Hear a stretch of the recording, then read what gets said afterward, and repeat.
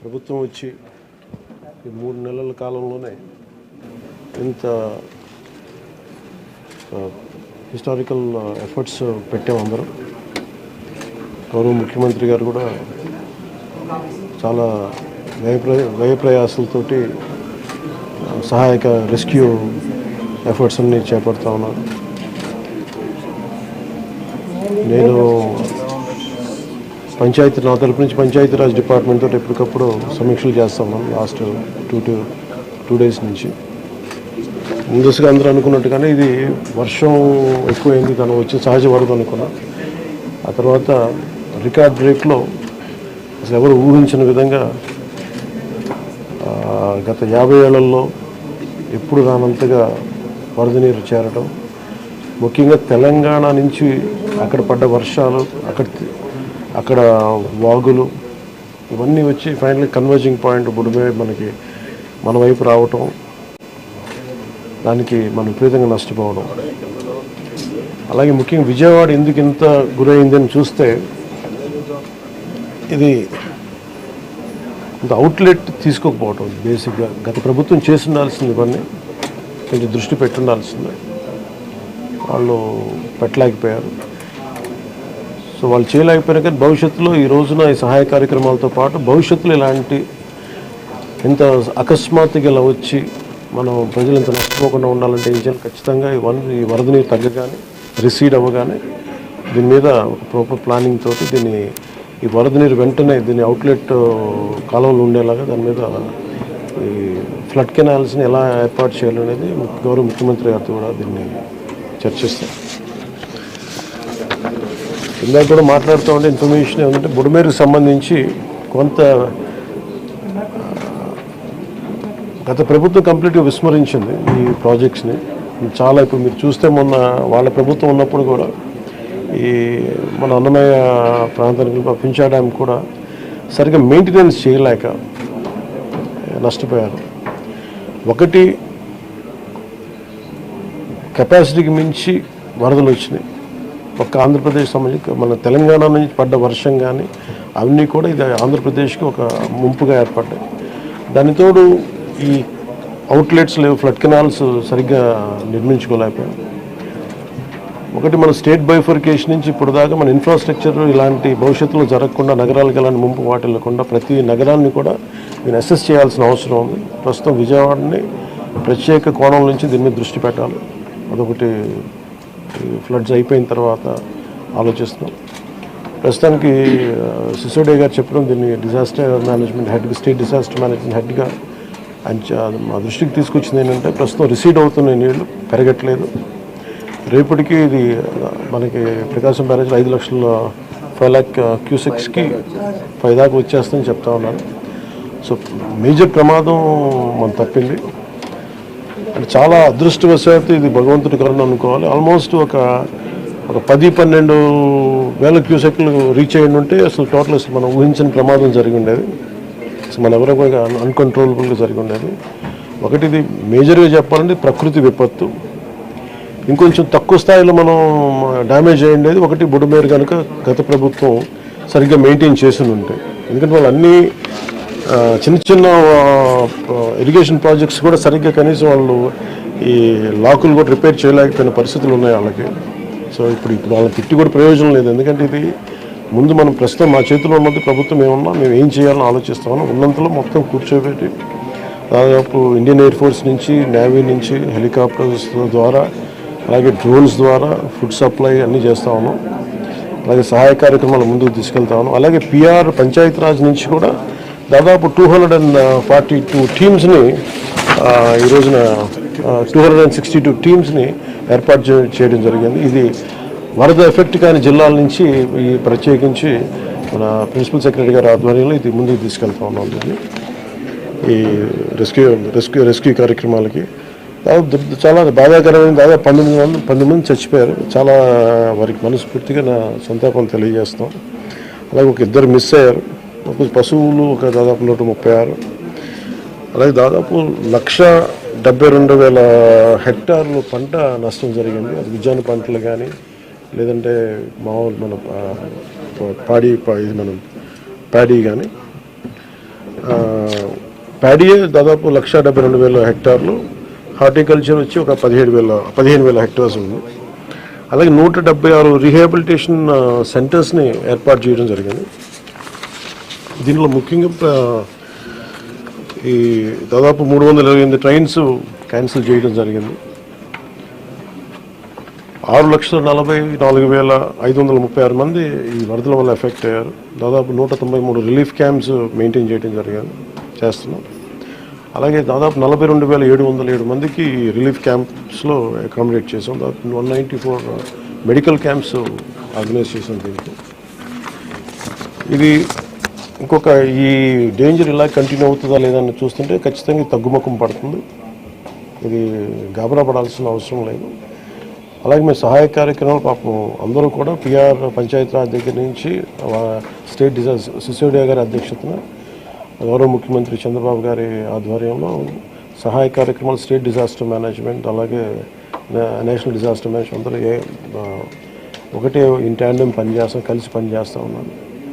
So ప్రతి దాదాపు ఈ సెంటర్కి 600 to 700 కాల్స్ వస్తూ ఉన్నాయి. ఈ సెంటర్కి ఎక్కడెక్కడ ఇబ్బందులు ఉన్నాయంటే అడ్రస్ చేస్తూ ఉన్నాం. అతి తక్కువ సమయంలో ఇంత ఎఫెక్టివ్గా పని చేయగలిగాం. కానీ భవిష్యత్తులో ఇలాంటివి జరగకుండా ఉండాలని మేమందరం కోరుకుంటున్నాం. అలాగే ఆ దిశగా పనిచేస్తాం. ఇది ఒక రోజుతో కాకుండా ఇది రాత్రంతా పాపం సిసోడియా గారి కానీ అందరు కానీ ప్రతి పంచాయతీరాజ్ కానీ అందరూ ఈ డిజాస్టర్ మేనేజ్ ప్రతి ఒక్కరి కాల్ సెంటర్స్లో ఉన్నవాళ్ళు మొత్తం అందరూ రాష్ట్ర యంత్రాంగం మొత్తం ఆల్మోస్ట్ ప్రతి ఒక చిన్నపాటి ఏరియా కూడా ఒక ఐఏఎస్ ఆఫీసర్ని పెట్టి సహాయ కార్యక్రమాలని ముందుకు తీసుకెళ్తా ఉన్నాం.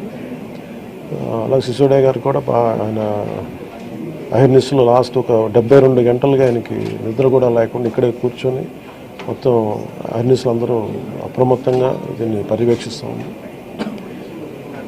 ఇప్పుడు దీన్ని అనలైజ్ చేసి ఇప్పుడు ఎవరి తప్పు వీటన్నిటికంటే కూడా మేము అంటే మా ముందున్నది మేము ఎంత సహాయ కార్యక్రమాల్లో పాల్గొనగలం. అలాగే నేను ఈ సమావేశం తరఫున ప్రైవేట్ వ్యక్తులు కూడా మన పత్రికా ప్రకటన ద్వారా నేను మిమ్మల్ని అప్పీల్ చేశాను. ఈ రోజున మొత్తం రాష్ట్ర హితువు కోరుకున్న ప్రతి ఒక్కరూ 3 పార్టీల వ్యక్తులు, మద్దతుదారులు అందరూ కూడా మనందరం ఇలాంటి ప్రకృతి విపత్తులు వచ్చినప్పుడు అందరం కలిసి మనం ముందుకు తీసుకెళ్ళాలి. రాష్ట్ర ప్రభుత్వం నుంచి కొత్తగా ఏర్పడ్డ ప్రభుత్వం మనం ముందుకు తీసుకెళ్తా ఉన్నాం. అలాగే మీ వంతు సహాయం కూడా మీరు చేయమని కోరుకుంటా ఉన్నాను. అలాగే నా సైడ్ నుంచి కూడా ఈ ప్రత్యేకించి రాష్ట్ర సీఎం రిలీఫ్ ఫండ్కి 1 కోటి రూపాయల నిధుల్ని నేను చంద్రబాబు గారి రాష్ట్ర ముఖ్యమంత్రి నిధికి నేను విరాళంగా ప్రకటిస్తున్నాను.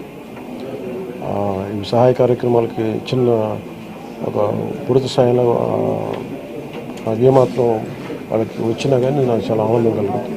ఆ దిశగా రేపు కలిసి వారికి అందజేస్తున్న చెక్ ఒకటి. అలాగే ఈ పరిస్థితుల్లో ఒక చిన్న అనాలిసిస్ ఏంటంటే రీహాబిలిటేషన్కి షిఫ్ట్ చేయబడ్డవారు 42,000 మంది. నిన్న మెసేజ్ కూడా పెట్టాను. ఆర్బీ రోడ్స్లో కూడా దాదాపు 1,808 కిలోమీటర్లు డ్యామేజ్ అని ఒకటి కరెక్ట్ చేసుకోవాలి, దాన్ని దృష్టి పెడుతున్నాం. అలాగే 188 బోట్స్ యాక్షన్లో ఉన్నాయి, దాదాపు 5 హెలికాప్టర్స్. అలాగే గజేతగాళ్ళు దాదాపు 283 మంది సహాయ కార్యక్రమాలు పాల్గొన్నారు. దాదాపు 3 లక్షల ఫుడ్ ప్యాకెట్స్ సప్లై చేశాం. అలాగే ఈ కంట్రోల్ రూమ్ ప్రజలకు ఏదైనా సరే మీకు అత్యవసరమైన పరిస్థితుల్లో ఉండాలి అంటే ఇది 112 ఈ నెంబర్ కానీ అత్యవసర నెంబర్లు కానీ 1070. సో 112 మీరు ఎక్కడైనా సరే విపత్తులు ఇరుక్కుపోయి ఏదైనా కష్టం ఏదైనా ఇబ్బంది ఉందంటే వెంటనే మేము స్పందిస్తాం. దానికి మీరు కంట్రోల్ రూమ్ నెంబర్ 112, ఇంకొక నెంబర్ 1070. ఇది కాకుండా 1800 4250 మళ్ళీ రిపీట్ చేస్తాను. కంట్రోల్ రూమ్ నెంబర్స్ 112 అదొక ఈ ఫోన్ కన్నా చేయండి, లేదంటే 1070కి ఫోన్ చేయండి. ఇది కాకుండా 3వ నెంబర్ 1800 425 0101. మీరు ఈ కంట్రోల్ రూమ్కి చేసిన మీకు ఏ సహాయకారకం ఎక్కడున్న విపత్తులు మీరు ఇరుక్కుపోయినా కానీ మేము వెంటనే తక్షణంగా స్పందిస్తాం తెలియజేసుకుంటే.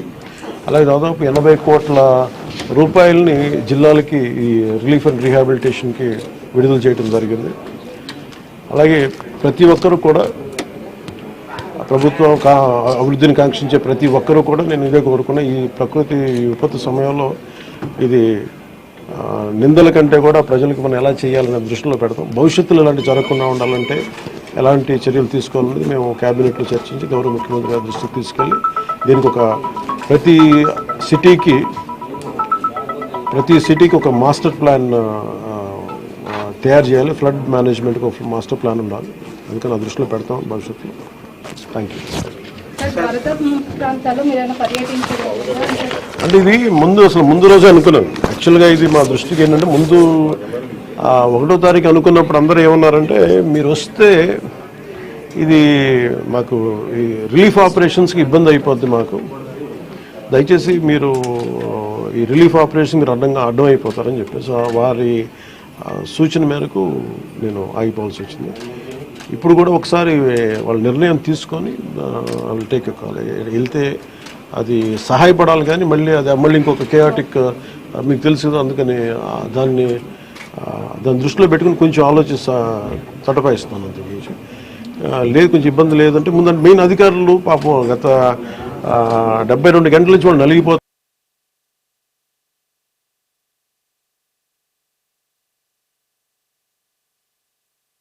అని చెప్పి నేను దాన్ని దృష్టిలో పెట్టుకుని నేను స్వయంగా నేను పర్యవేక్షిస్తున్నాను. 4 రోజులుగా పవన్ కళ్యాణ్ ఉప ముఖ్యమంత్రి రాలేదు, ఎక్కడ వెళ్ళని చెప్పి విపక్షాలు ఆరోపణ చేస్తున్నారు, బాధితులను పట్టించుకోలేదని చెప్పేసి ఆరోపిస్తున్నారు. సార్ ఏం చెప్తారు? ఫిజికల్గా మీకు కనిపించడం పద్ధతి అంటే వాళ్ళు ఏమనుకుంటారంటే నేను బోట్ వేసుకొని రెస్క్యూ చేయడం కుదరదు కదా, ఆ బాధ్యతలు లేకుండా ఎందుకుంటాం. అది ఏంటంటే అనాలి కాబట్టి అంటమే తప్ప ఎంటైర్ మీరు చూస్తే మా పిఆర్ మెషినరీ, మన పిఆర్ పంచాయతీరాజ్ మెషినరీ మొత్తం ఎంటైర్ వర్క్ చేస్తాం మా సైడ్ నుంచి. అంటే అట్లేం కాదు సార్, ధైర్యం చెప్పని కూడా రాలేదని చెప్పేసి వాళ్ళు ఆరోపణ చేస్తున్నారు కదా, అది నేను అట్లా అనుకోవట్లేదండి. అంటే ఏమైపోతుంది, ధైర్యం చెప్పడానికి వెళ్ళి ఒక్కసారి మీద పడ్డారు అనుకోండి, పరిస్థితులు ఎలా ఉంటాయంటే ఇప్పుడు నేను మొన్న పింఛన్ ర్యాంప్ దీనికి వెళ్ళాను. నేను వెళ్ళి సహాయ కార్యక్రమం అంటే నేను ఒక ప్రత్యేకమైన పరిస్థితిలో ఉన్నాను, అది మీరు అర్థం చేసుకోవాలి. ఇప్పుడు నేను వెళ్ళి కూర్చుంటే వెళ్ళిపోదంటే రెస్క్యూ ఆపరేషన్స్కి ఇబ్బంది కలగకూడదన్నది ఒకటే నన్ను, ఆ సూచన ఒకటి నన్ను ఆపినాను, అంతమించి వేరే అనుకోలేదు. Thank you.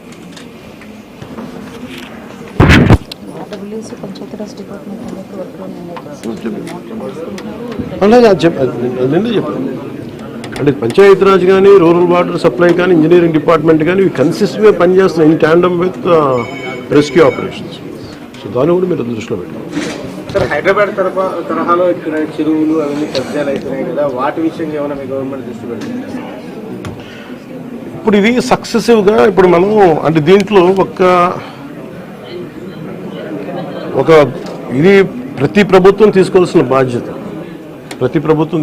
బాధ్యత ఇది.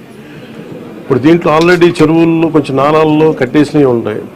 అసలు ముందస్తుగా వ్యవస్థలు కనుక చాలా బలంగా పనిచేస్తుందంటే పర్మిషన్స్ లేకుండా ఎప్పటికప్పుడు అది ఒక విచిత్రమైన పరిస్థితుల్లో అందరం వదిలేస్తాం, నీళ్ళు రావట్లేదని. ఎఫ్టీఎల్లో ఇప్పుడు మన హైదరాబాద్లో కూడా చూస్తున్నాం కదా, ఫుల్ ట్యాంక్ లెవెల్లో ఉన్న చోట్ల రావులని చెప్పి లాస్ట్ 20 yearsలో రాలేదని చెప్పి ఇల్లు కట్టేశారు. ఎప్పుడో సరదాగా మనం అది ఎప్పుడు ఈ జలవనరుల శాఖ ఎప్పటికప్పుడు ఇది కట్టద్దు, పర్మిషన్స్ ఇవ్వద్దని అంటుంది మళ్ళీ, కానీ దాన్ని స్థానిక మున్సిపాలిటీలు కావచ్చు, కార్పొరేషన్స్ కావచ్చు ఇచ్చేసిన పరిస్థితుల్లో మీరు హైదరాబాద్ చూస్తున్నారు. మనకు కూడా అలాంటి పరిస్థితులు ఉన్నాయి. ఇది సక్సెసివ్గా జరుగుతూ ఉండింది. దీన్ని ఎట్లా అడ్రస్ చేయాలనేది ఇది ఒక సోషల్ ఇష్యూ కూడా అవుతుంది.